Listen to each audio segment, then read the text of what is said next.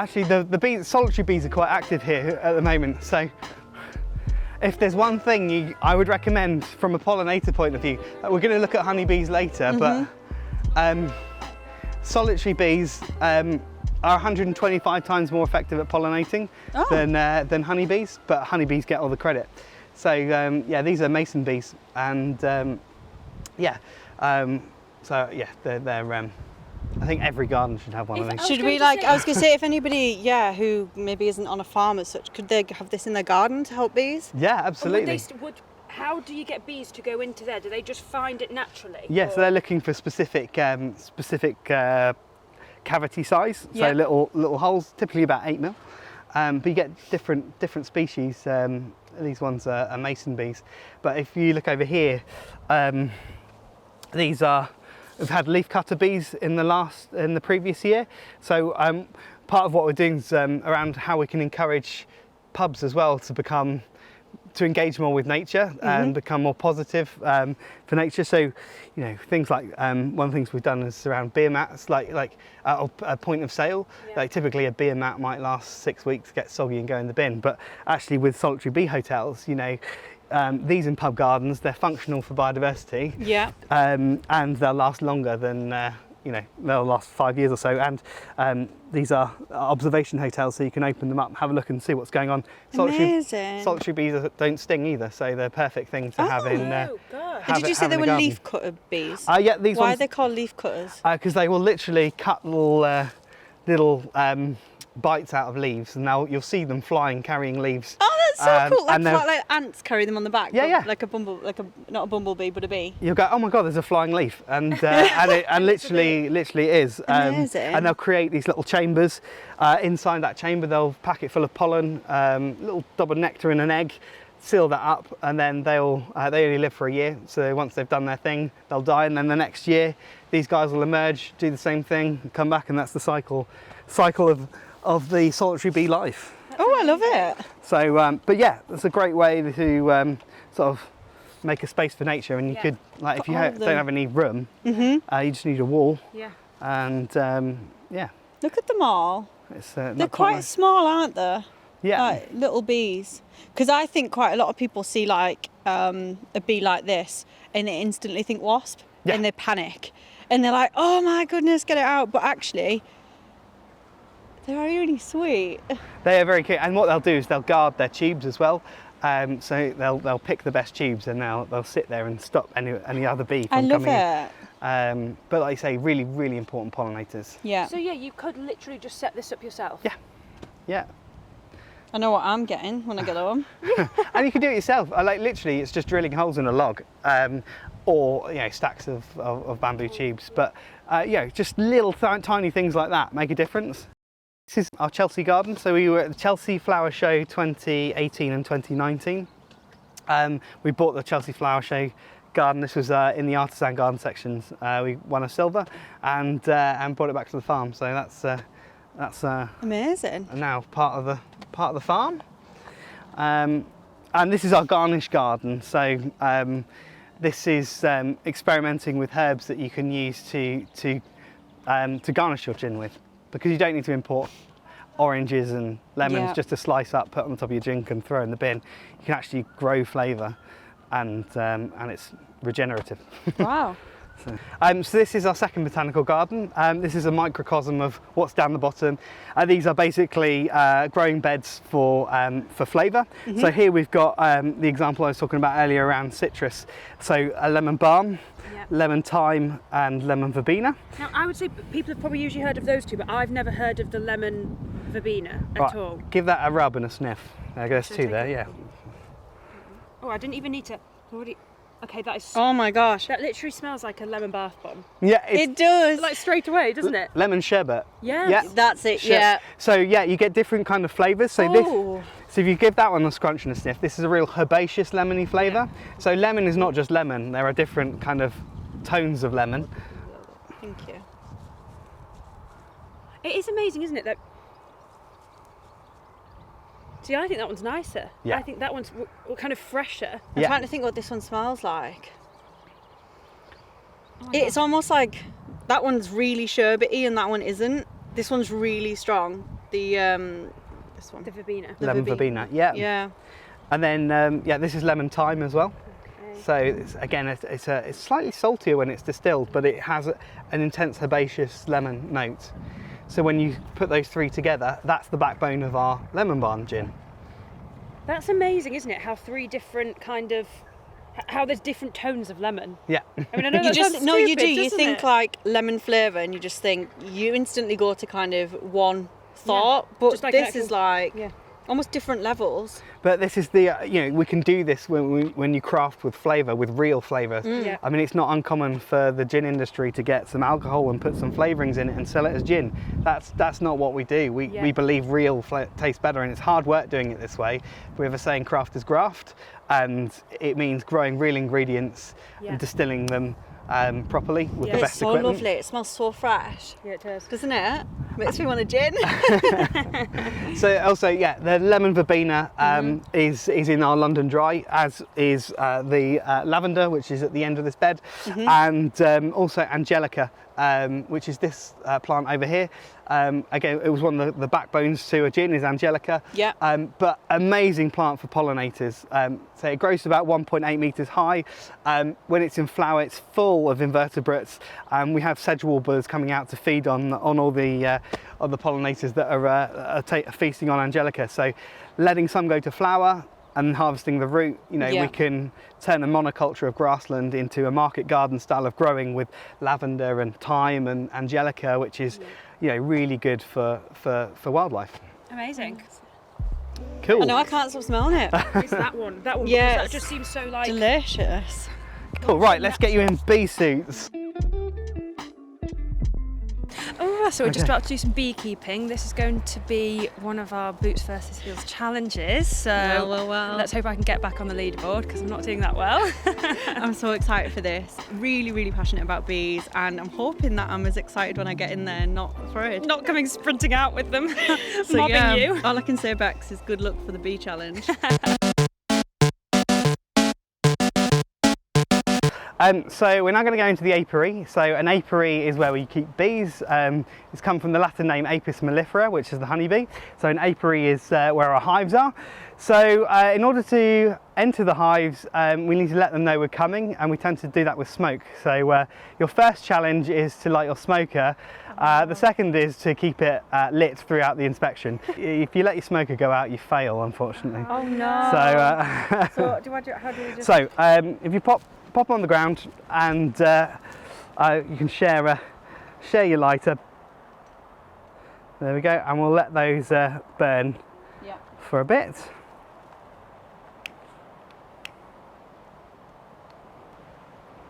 So what we've just got in here, we've actually just got straw from the bedding straw. So if you keep that tightly packed inside the smoker, that will that's quite a good fuel. Other fuels we'll use is things like old rotten wood and Yeah. dried wood, keeps burning for a while.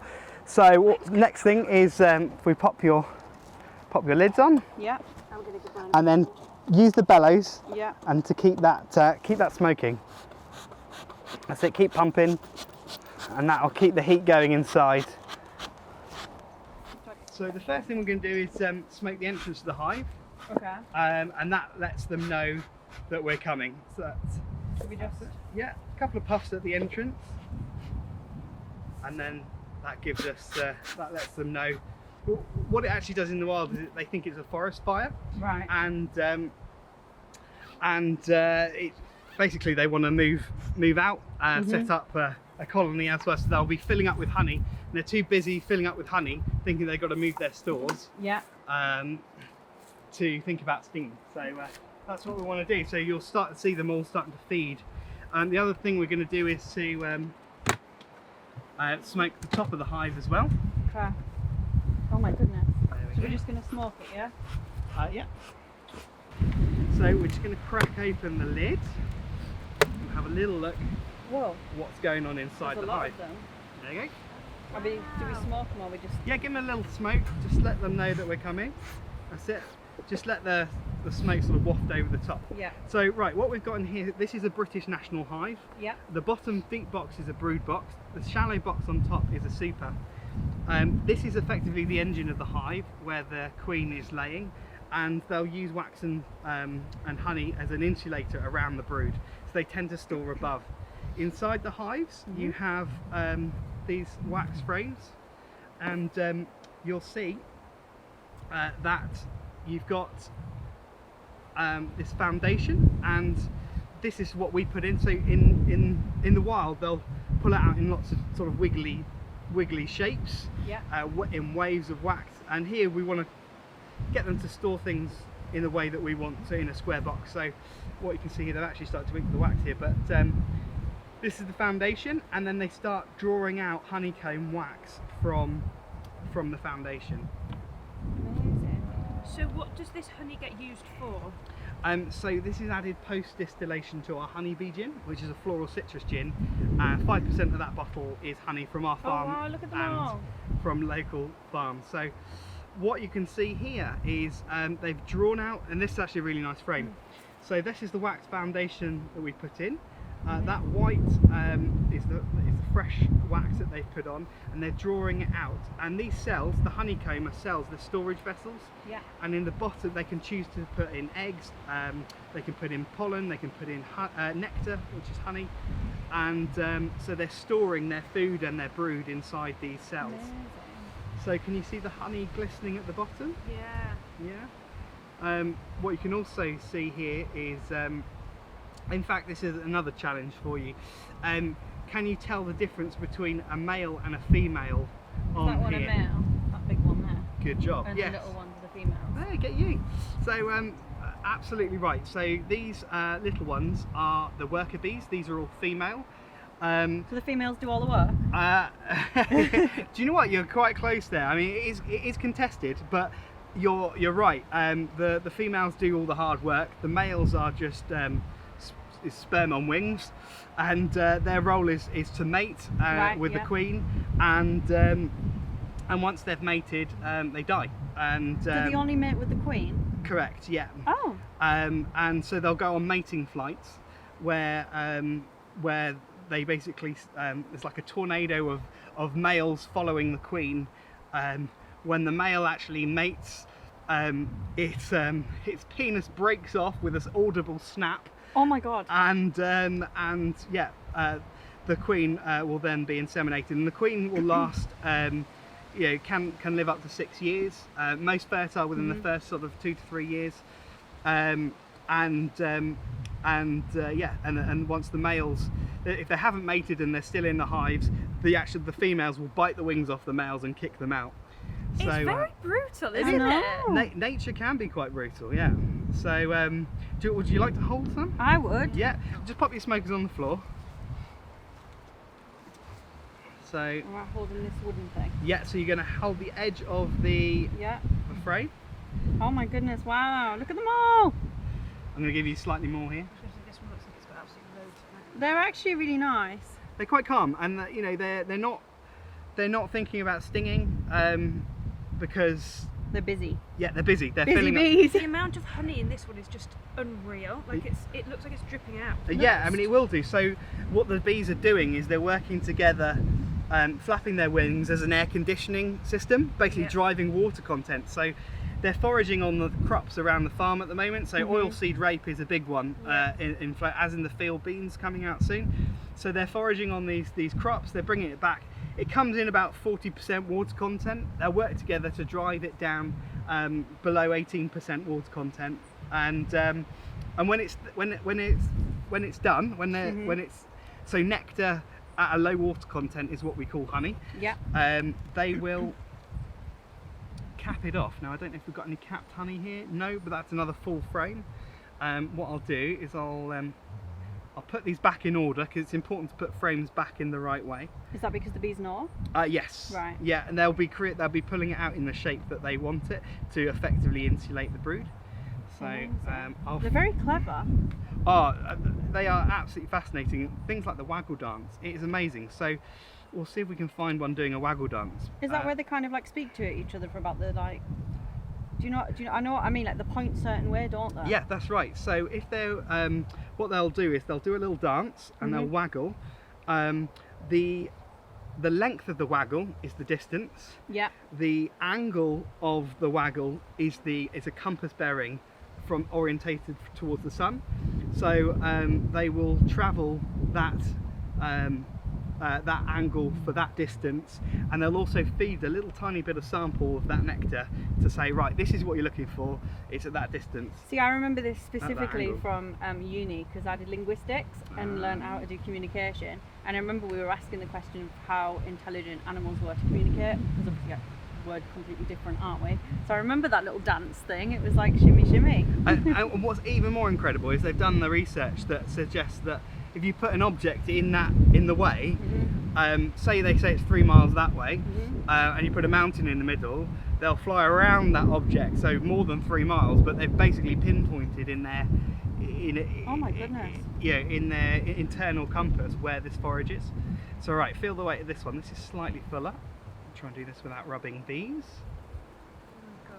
But there you go. Just want to feel the weight of that. So this is on the verge of being capped.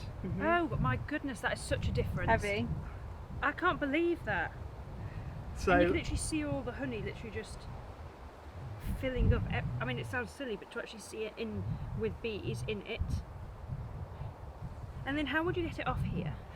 so it's then spun out. So once it's capped off, we can then basically put a one-way valve, a porta-bee escape. So basically the bees will come down at night to be with the brood, and it separates the supers from the brood. Yeah. And we can then take the supers off, cut off the cappings, spin it out with like centrifugal force. The honey spins out to the side of the extractor, and then we tap it off and filter it at the bottom, and then we then add it post distillation to the gin. That's Amazing. amazing. There we go. It's so interesting. This is actually, believe it or not, this is a small colony. Oh my So I've gosh. taken you into a nice easy one. How many are in here?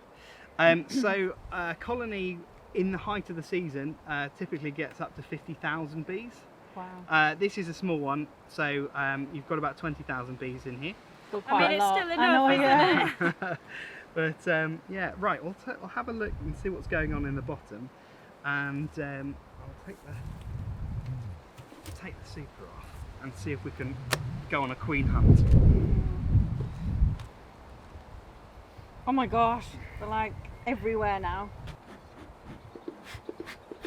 Egg cartons is a really good one. If you, What, as a fuel? as a fuel, yeah. So do we just do it kind of over them? Yeah, like to that? allow the smoke just to pour over the top of the hive. That's perfect. That's Did great. I get a bit close there? Uh, It did buzz a little bit. Yeah, it's too close and they'll feel the heat, so we just want the cool smoke. Here, to put this back on the floor. Yeah, just on the floor. And This isn't a competition now to keep this time around going, is it? Some like secret competition.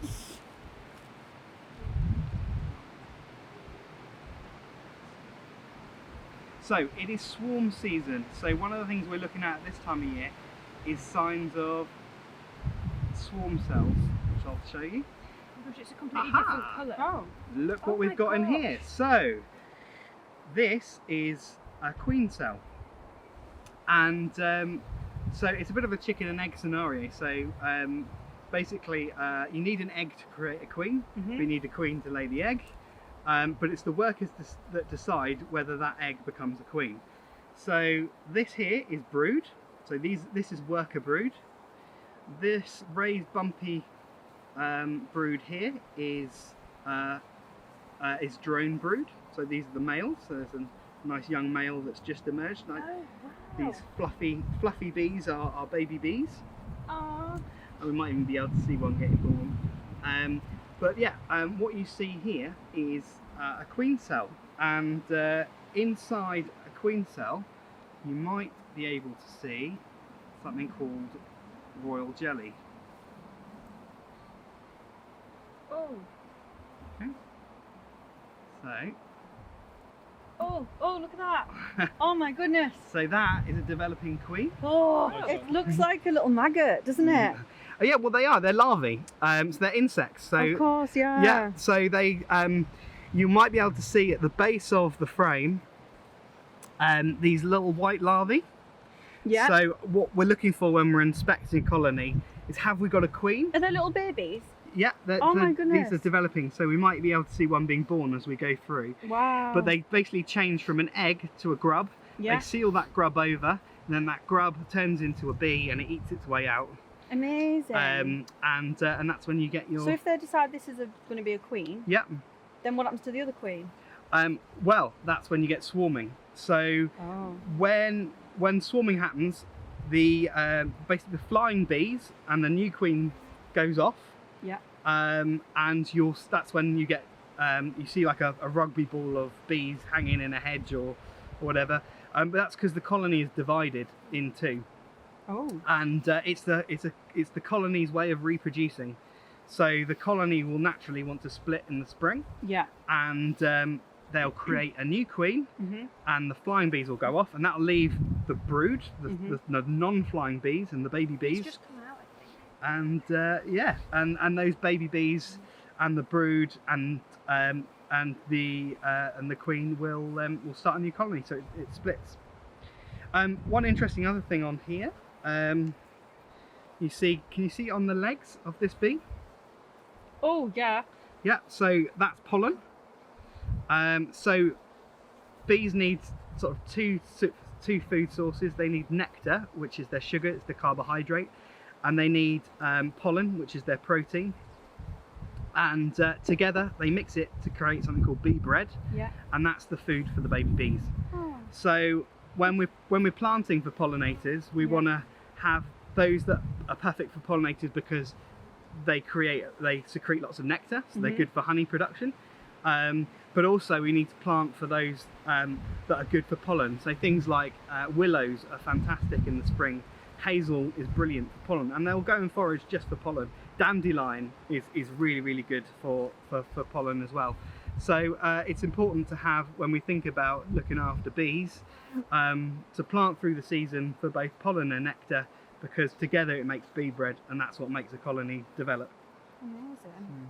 So when they've picked which one's going to be the queen, Yes. obviously the queen ends up being quite a lot bigger than all the other ones. That's right. Is that just because it's been well looked after by all the other bees and never has any kind of, doesn't have to do any work? Yeah, well, it's because it's basically switches on different genes. So it creates a whole different type of bee. It's the same egg, but by feeding it this special royal jelly, that white gel you saw, different genes get switched on, and it turns into being a reproductive bee. Amazing. It is absolutely fascinating. I think people like to see bees, but I don't think we give them the credit for what they actually do in here. I also think a lot of people, when they picture bees, they think of big bumblebees, and they see some of these sometimes and think the wasps, especially children. So it's good to kind of educate them. Yeah, and they work hard. I mean, for every jar of honey that is produced, so a 1 pound jar of honey, bees will travel twice the distance around the world, cumulative flight, to be able to get just 1 jar of honey. Oh my word. So it takes the lifetime of 12 bees just to get a teaspoon of honey. Wow. So yeah, we shouldn't underestimate how hard these guys work for our honey. But also, so we've got lots of queen cells in here, which tells me this is about to swarm. So as a beekeeper, I need to make them think that they've swarmed. Oh no, it's going in. Let's see if we can find one for you. Oh my gosh. Yeah, so it's a good job that we inspected today, because it's the right time to manage swarming, because we don't, as beekeepers, we don't want our bees to swarm. Yeah. I mean, it is a natural instinct, but if we let our bees swarm, we lose half of bees, and it could create a nuisance to, neighbours. They go into somebody's house. Exactly. Into garage or whatever. chimneys, or or into the wall cavity. So, as a responsible beekeeper, you would do something called an artificial swarm. So we make them think that they've swarmed. So we will find the old queen, we'll take them out, give her a new box, reduce the colonies, those queen cells, I'll reduce those down to 1 or 2, and they will choose the best queen, and we've basically split the colony in half. So that's swarm control.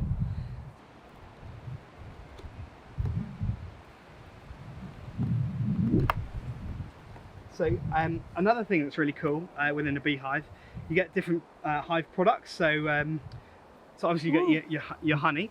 I think there, didn't I? I was like, oh, sorry about this. Obviously you get honey, but you also get beeswax, so you can make candles or nice. Shoe polish or whatever you fancy. But you also get propolis, and propolis is this well, stuff that's stuck to my hands here. This glue, bee glue. It's made from enzymes and tree resins. Right. But propolis is highly antiseptic. It's got antiseptic properties, and that's actually quite a valuable produce within the hive.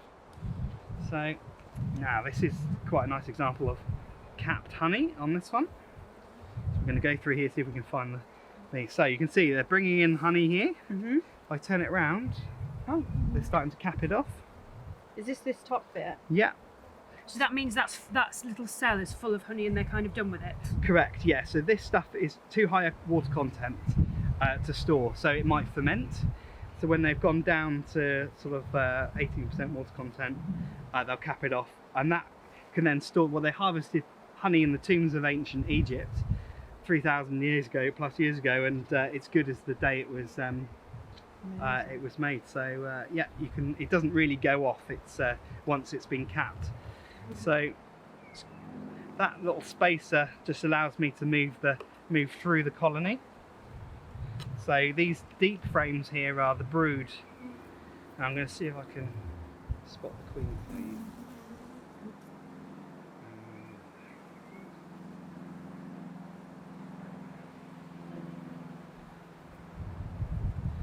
Well, what you can see is you go through the hive. The actual brood is like a football. It's a sphere.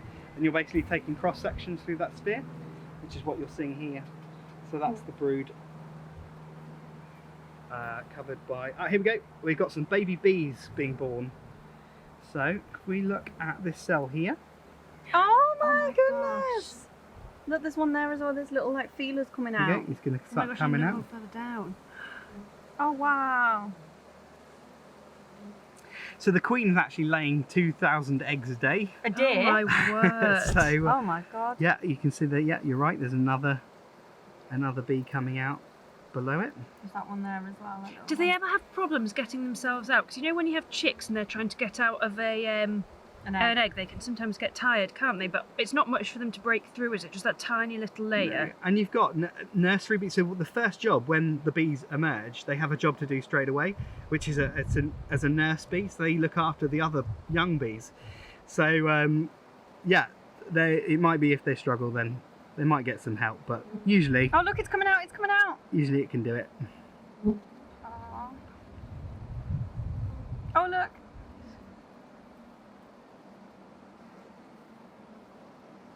It looks like they've got little legs when they've got the little pollen on them. I can make it happen a bit quicker. Oh! There we go. Oh my god! And look how like active it is the second it gets out. Yeah, and they're slightly fluffier. Yeah. That's a young bee. That's a young bee. It's slightly fuzzier, and then they go a look bit. At their eyes and the little. They get a bit darker. Yeah.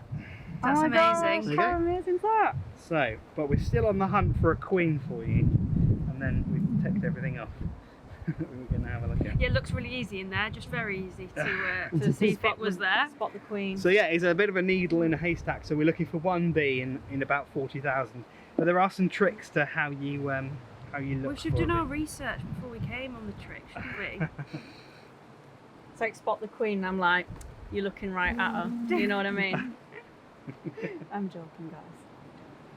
Comedy is not my thing. I've seen a massive one, but I think it's just a boy. Point out if you think you can spit. Well, that one's quite big, but I think it's just a boy. Correct. That is a drone. So the way I remember drones, they look like fighter pilots with the the big goggles. Yes. And did you say she's got a mark on her? So they should be marked. So one of the jobs is to check that she is still marked, and potentially top her up. Because what we'll do is we'll capture, put a little dab of that paint on the abdomen. Yeah. And that makes her a lot easier to spot. Sometimes as well, you can hear her. She pipes. So you can hear little piping noises. You see the pollen on the outside of this frame? That white stuff at the bottom? Yeah. Yeah. So that's pollen, nectar and brood. So that's exactly what we want to see in a frame. Sometimes she likes to hide as well, so she'll run between the frames. So you've got to, just turn them over and just have a really good look. So, found her. All right, okay. She's on this frame. Oh gosh, now my eyes are like, I should have worn my glasses. You've seen her? Yep, I'm looking at her now. Are you serious? Yep. No, you're not. I feel really She's going to the edge of the frame. She's going towards the edge. This one there? Yeah, your finger is so close. Oh, that one, the big one? Oh no. She's walking up the frame towards my thumbs. No, this one? Up. there. No. Oh, no. No. Up, up, Lizzie, you're perhaps in my way. She's walking on the edge of the frame. She's gone back in. Oh my She's god. walking. This one? Yes! Found the queen. I was looking for a dart. There you go. I was just looking for the big ones. There you go.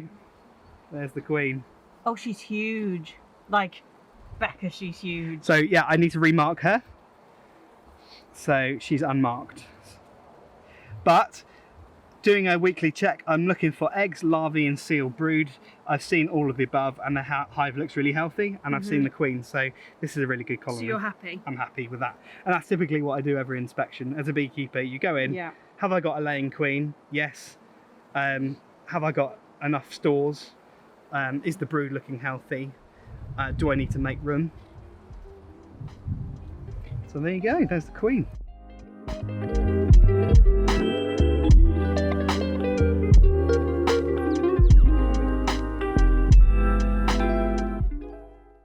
So we've just done our boots versus heels beekeeping challenge and we're desperate to know who won. Well, it is a resounding victory for heels, I'm afraid.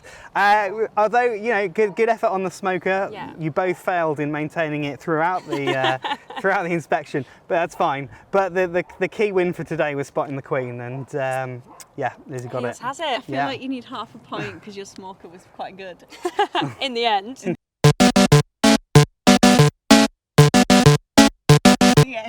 But yeah, amazing. Well, thank you so much Yeah, for that. thank you for showing us them. Yeah, no worries. I'd love to get some bees.